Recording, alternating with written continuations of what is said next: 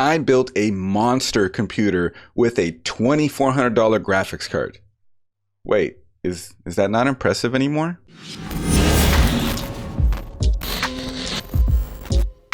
This is the Radeon Pro W6800.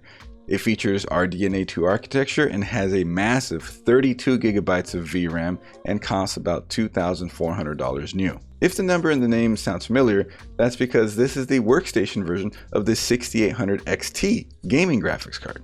While the cost of the 3090 and the 3090 Ti have made the price of this graphics card feel a little less impressive, not impressed. It's still a monster though, so don't let that fool you. If you're wondering if it can game, it sure as hell can. Yes! An opportunity came up for me to build a system with this awesome graphics card, but I didn't have too much time with it, so I didn't get to do too many gaming benchmarks. I did line some up for you guys. The system itself features an i9 10850K, this Radeon Pro W6800, 32 gigs of RAM, and it's actually a mini ITX build, but I guess that's neither here nor there. For the drivers, the Radeon Adrenaline gaming drivers for this graphics card are available, which would probably help out performance, honestly. Maybe make it a little more on par with the 6800 XT, but it being a workstation card in a workstation build, I installed the Pro drivers for it, which are all the way back from like last December 2021.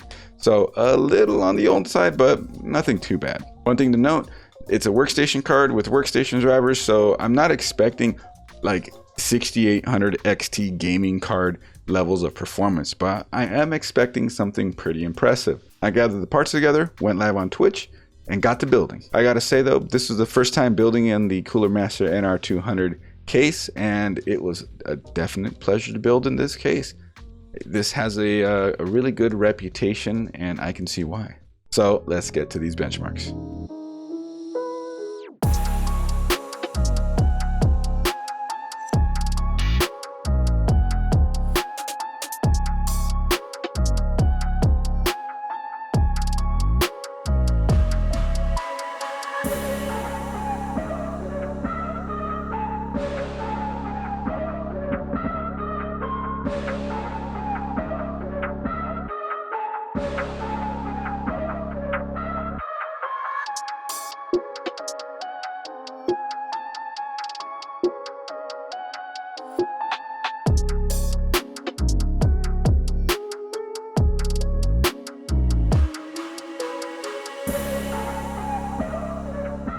So yeah, don't let anybody tell you a workstation graphics card can't play games.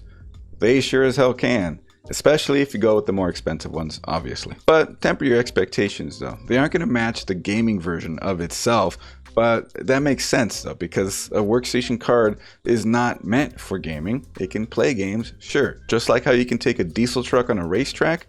Yeah, it'll run on there and it'll run pretty good, I'm sure, but the race cars are definitely going to outpace it.